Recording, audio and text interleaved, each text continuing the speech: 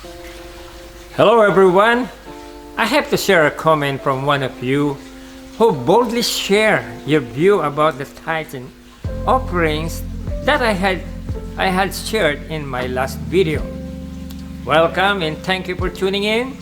I have to thank Brother Jury also for sharing this comment.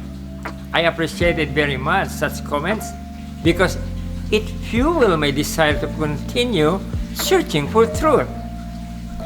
I encourage you as viewers to please share your thoughts and personal conviction so we can explore deeper the will of our Creator God. Let us not waste time. Here is what Brother Jory wrote. Tithe is different from offering even though both come as a manifestation of God's goodness and ownership of all things in this world. Tithe is the 10%, no more, no less, of all the increase the people receive God. This belongs to God and He requires to return it to Him so the people may learn to fear Him always. God gave the people the guidelines on how to put it to use. The instruction is very clear and it can be found in Deuteronomy chapter 14 verses 22 to 29. And see also Deuteronomy chapter 12 verse 21. Every year, the tithe, as in the case of money, is used to bestow on anything each one's heart desires and eat it before the Lord. At the end of 3 years, the tithe is used to help the Levites, the strangers, the fatherless, and the widows. Since the tithe is a part of what was known as sacrificial offering or service, it is not required anymore after Christ made the final sacrifice on the cross. The offering, on the other hand, is anything aside from the tithe a person is willing to offer to the Lord. Today, the offering may be used to support the ministry, church budget, salaries, pension, allowance, etc. Call it in any other name but not the tithe. The tithe was nailed to the cross. It is crystal clear in his final words that tithe is not required anymore. It is finished.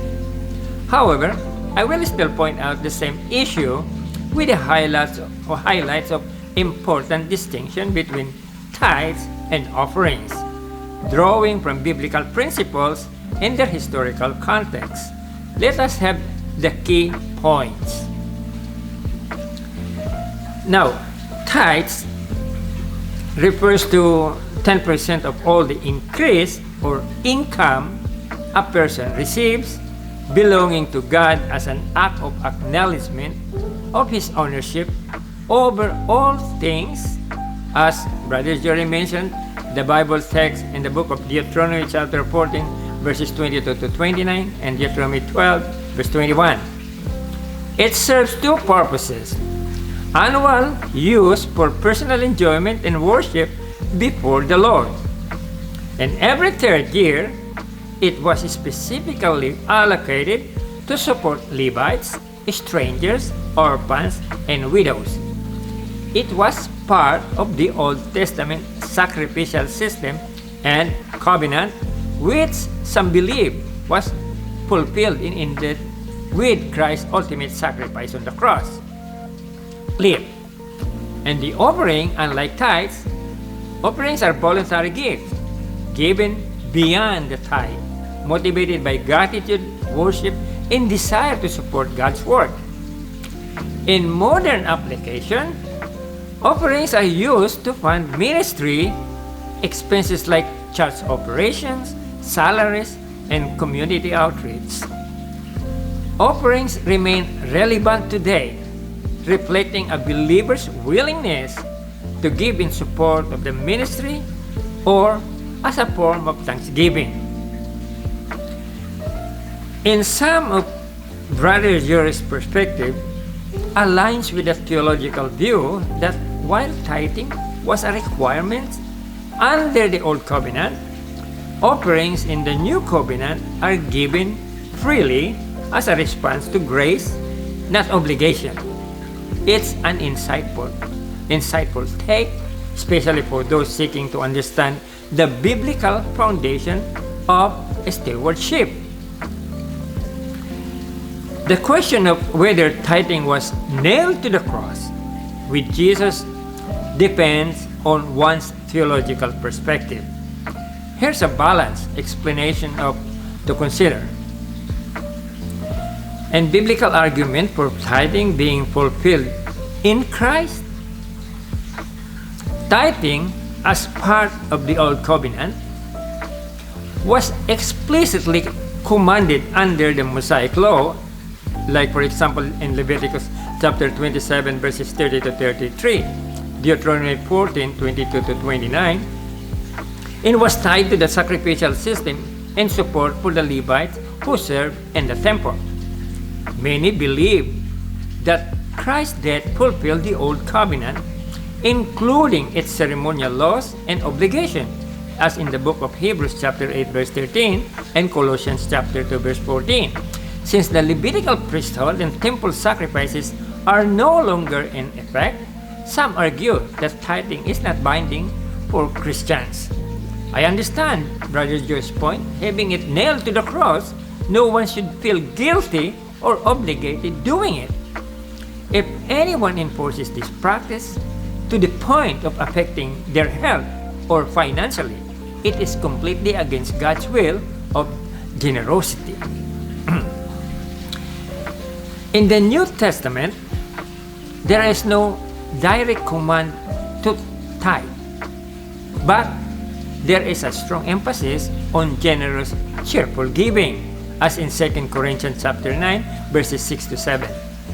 Believers are encouraged to give freely and sacrificially, motivated by love and gratitude rather than legalistic obligation. Here are the arguments for the continuation of tithing. Okay? Tithing precedes the Mosaic Law. Abraham gave tithe to Melchizedek in Genesis chapter 14 verse 20, and Jacob vowed to tithe in Genesis chapter 20:22 before the law was given. Some argue this establishes tithing as a principle of faith, not just a Mosaic law requirement. In Hebrews chapter 7, references Melchizedek and connects him to Christ, leading some to see tithing as a timeless practice. Now, Jesus mentions tithing in the book of Matthew chapter 23:23 and Luke chapter 11:42. Jesus acknowledges tithing but emphasizes justice, mercy, and faith as weightier matters of the law, while these passages were directed at Pharisees under the Old Covenant. Some interpret them as an affirmation of tithing. Let me say that some Christians believe tithing is no longer required because it was part of the Old Covenant and fulfilled in Christ. Instead, they advocate for free will giving based on New Testament teachings. Others see tithing as a continuing principle of stewardship and a practical guidelines for supporting ministry and caring for others.